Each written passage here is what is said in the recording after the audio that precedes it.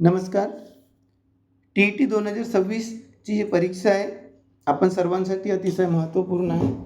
आणि या परीक्षेमध्ये जेव्हा आपण भाषेविषयी बोलतो आणि त्यामध्येही मराठी भाषेविषयी बोलतो, तर त्यामध्ये उतारा किंवा परिच्छेद हा नक्की येतो.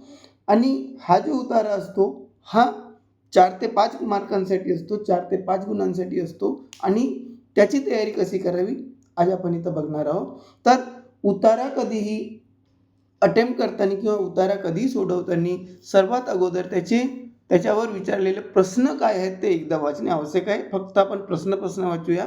बाबा आमटे हे रिकामी जागा. कुणाचे मन हिडीस असते असे बाबांनी म्हटले आहे. त्यानंतर बाबांच्या जीवनाचे प्रेरणास्थान रिकामी जागा हे होते. बाबांनी कोणाची चळवळ उभी केली आणि लेखकाने बाबांच्या जीवनाला कोणती उपाधी दिली आहे. हे प्रश्न आहेत कशावरचे? उतार्यावरचे. आता आपण काय करूया, उतारा वाचूया. तरी तो उतारा दिलेला आहे की पुढील उतारा किंवा परिच्छेद वाचून प्रश्न क्रमांक 31 ते 35चे उत्तर लिहा. आणि उतार्याला आपण सुरुवात करूया. बाबा आमटे यांच्या निधनामुळे समाजाला प्रकाश देणारा एक महामानव काळाच्या पडद्याआड गेला आहे.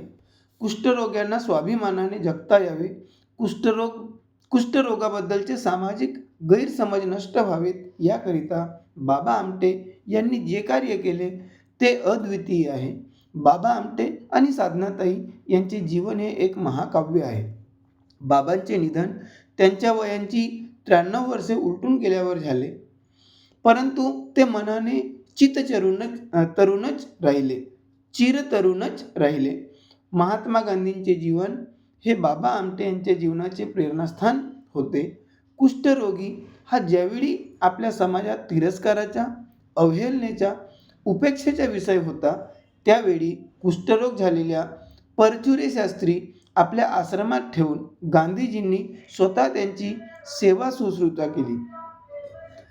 बाबांचे वैशिष्ट्य हे की वरोऱ्याजवळ आनंदवनात हे कार्य उभे करताना त्यांनी कुष्ठरोगांच्या समस्येबद्दल समाजाला खडबडून जागे केले आणि या रोगाच्या निर्मूलनाची चळवळ उभी केली. कुष्ठरोग्यांना थोड्या हातांनी श्रम करून स्वावलंबी जीवन जगता येते हे दाखवून देतानाच कुष्ठरोग्यांच्या झालेल्या अवयवापेक्षा कुष्ठरोगांचा तिरस्कार करणाऱ्या व्यक्तीचे मन अधिक हिडीस असते हे बाबांनी सडेसोडपणे सांगितले आहे. आता याच्यावरची काही प्रश्न आहेत. आता प्रश्न आपण बघूया. बाबा आमटे हे. आता याच्यामध्ये जर आपण बघितलं की बाबा आमटे हे, तर 4 पर्याय दिलेले आहेत. प्रकाश देणारे महामानव नव्हते. आता नव्हते असा तर होऊ शकत नाही. प्रकाश देणारे महामानव होते हाच आपल्याला कुठं दिलेला आहे, परिच्छेदामध्ये दिलेला आहे. आणि अजून एक गोष्ट लक्षात ठेवा की परिच्छेदामध्ये जे म्हटले तेच तुम्हाला उत्तर लिहायचे. समजा त्यांनी म्हटलं की चंद्र हा खूप प्रकाश देतो, तर तुम्हाला उत्तरही तसाच लिहावं लागेल. ठीक आहे. तर आपल्या परिच्छेदामध्ये दिलेले आहे बाबा आमटे हे प्रकाश देणारे महामानव होते. अतिशय रागीट होते, दिलेले नाही आहे. सामान्य बुद्धीचे होते, असंही नाही आहे. म्हणजे पर्याय क्रमांक 2 आपला काय होईल, बरोबर उत्तर होईल. त्यानंतर इथं दुसरा प्रश्न दिले आहे की कुणाचे मन हिडीस असते असे बाबांनी म्हटले आहे, तर श्रीमंतांचे का? नाही. मग कुणाचे दिलेले आहे? आजारी व्यक्तींकडे दुर्लक्ष करणाऱ्यांचे का? सध्या होल्डवर ठेवूया. गोरगरिबांचा छळ करणाऱ्यांचे का? हा तर आलेच नाही आहे. कुष्ठरोगांचा तिरस्कार करणाऱ्यांचे. आता इथं लक्ष द्यायचं. आजारी व्यक्तीविषयी नाही सांगितलं आहे परिच्छेदामध्ये, कुष्ठरोगांबद्दल सांगितलं आहे. आणि तिथं लिहिलेलं पण आहे की कुष्ठरोगांचे जे तिरस्कार करणारे लोक आहेत त्यांचे मन हिडीच असते असे बाबांनी म्हटले. म्हणजे पर्याय क्रमांक 4 हे जे प्रश्न असतात अतिशय सोपे असतात. पैकीच्या पैकी तुम्ही गुण घेऊ शकता, पण कसे अटेम्प्ट करायचे, कसे सोडवायचे हे आपल्याला माहीत असणे आवश्यक आहे. आपण पुढला प्रश्न बघूया की बाबांच्या जीवनाचे प्रेरणास्थान रिकामी जागा हे होते. आता याच्यामध्ये कोणाविषयी सांगितलं आहे की जी बाबांच्या जीवनाचे प्रेरणास्थान आहेत? महात्मा गांधी आलेला आहे. लाल बहादूर शास्त्री नावच आलेलं नाही आहे. परचुरे शास्त्री हा तर प्रेरणास्थान होते असं म्हटलेलं नाही आहे, त्यांनी गांधीजींनी सेवा केली असे म्हटले. साधनाताई त्यांच्या प्रेरणास्थान नव्हत्या, पण काय होत्या, त्यांच्या पत्नी होत्या.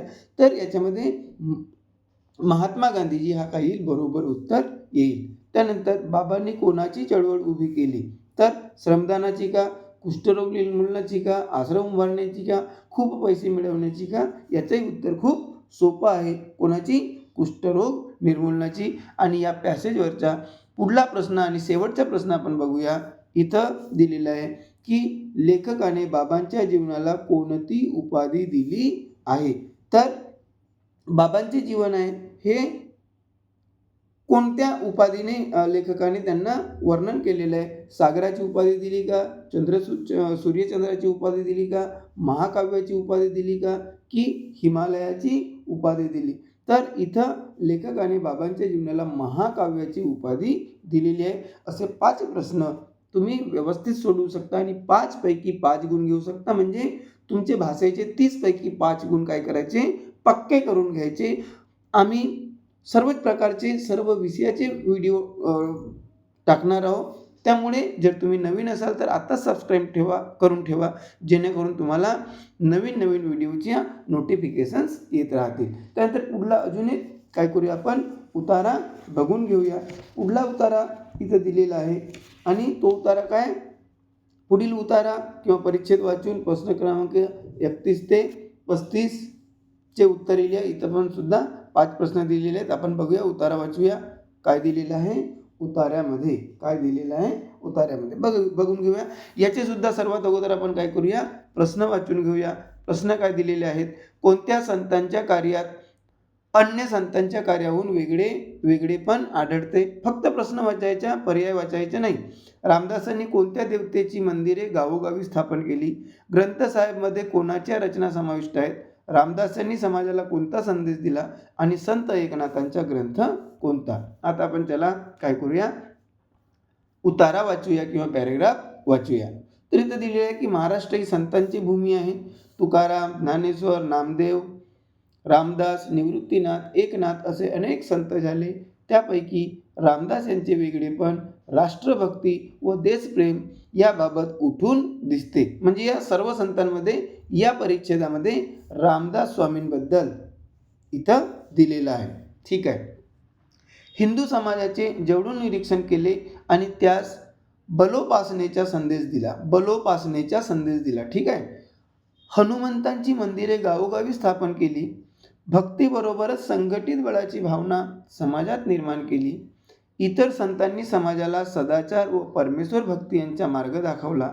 त्यामुळेच आजही लाखो वारकरी ऊन, पाऊस आणि इतर अडचणींची तमा न बाळगता भक्तिरसाचा आनंद लुटीत पंढरीला जातात. संतांनी केलेल्या रचना अमर आहेत. एकनाथांच्या भागवत व भारुडे, समर्थ रामदासांचा दासबोध व मनाचे श्लोक, इथं त्यांचे काय दिलेले आहेत? त्यांच्या काही रचना दिलेल्या आहेत. ज्ञानेश्वरांची ज्ञानेसरी तर तुकोबांची गाथा या ग्रंथांना तोड नाही. संत नामदेवांनी उत्तर भारतात भ्रमंती केली. त्यांच्या काही रचना शिखांच्या पवित्र ग्रंथसाहेब यात समाविष्ट आहेत. शरीर आणि मन या दोन्हींना शुद्ध व पवित्र करण्याचे सामर्थ्य सर्वच संतांच्या रचनांमध्ये आहे. असे सर्व काय दिलेले आहेत? प्रश्न दिलेले आहेत. आता आपण उत्तर बघूया, जेणेकरून प्रश्न जर उतारा व्यवस्थित वाचला, लक्षपूर्वक वाचला, तर पुन्हा तुम्हाला उतारा वाचायची गरज पडणार नाही. इथं पहिला प्रश्न दिलेला आहे कुठला? या गद्यांचा वरच्या किंवा या पॅरेग्राफवरच्या कोणत्या संतांच्या कार्यात अन्य संतांच्या कार्याहून वेगळेपण आढळते? तर सुरुवातीला सांगितलं आहे काय? रामदास, समर्थ रामदास. तर रामदास आपला काय होईल? बरोबर उत्तर येईल. रामदासाने कोणत्या देवतेची मंदिरे गावोगावी स्थापन केली? तर हनुमंताची, असं ऑलरेडी दिलेलं आहे. पूर्ण तुम्हाला ऑप्शन बघायची सुद्धा गरज पडणार नाही. त्यानंतर ग्रंथसाहेबमध्ये कोणाच्या रचना समाविष्ट आहेत? तर ग्रंथसाहेबामध्ये नामदेव यांच्या रचना समाविष्ट आहेत. त्यानंतर रामदासांनी समाजाला कोणता संदेश दिला? भक्तीचा, सदाचाराचा, संघटनेचा की बलोपासनेचा? तर इथं कोणाबद्दल विचारलेलं आहे? रामदास स्वामींबद्दल विचारलं आहे. त्यांनी समाजाला बलोपासनेचा संदेश दिला. त्यानंतर यावरचा शेवटचा प्रश्न दिलेला आहे. शेवटचा प्रश्न काय दिलेला आहे? संत एकनाथांचा ग्रंथ कोणता? आता संत एकनाथ महाराज यांनी भागवत ग्रंथ लिहिला, म्हणून पर्याय क्रमांक 3 याचे काय असेल? बरोबर उत्तर असेल. या आणि अशाच प्रत्येक विषयाच्या व्हिडिओसाठी तुम्ही आम्हाला लाईक करा, सबस्क्राईब करा. इथंच थांबतो. नमस्कार.